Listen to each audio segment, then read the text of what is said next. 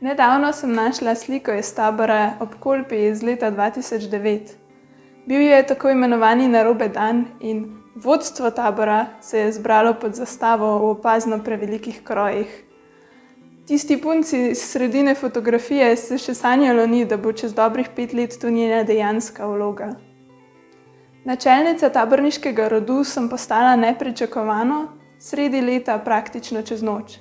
Eden mojih prvih izzivov je bil izpeljati zimovanje. Na neki točki smo se vračali v kočo, imeli smo cel kup sicer zadovoljnih, ampak utrujenih, mokrih otrok, nekaj utrujenih, mokrih vodnikov in eno samo kopalnico. Malo nas je skrbelo, da bi kdo zbolel, ampak že čez nekaj minut smo imeli pravi tekoči trak. Ena vodnica je pomagala v sobah, druga v kopalnici, tretja je tekla gor in dol ter organizirala prihode in odhode.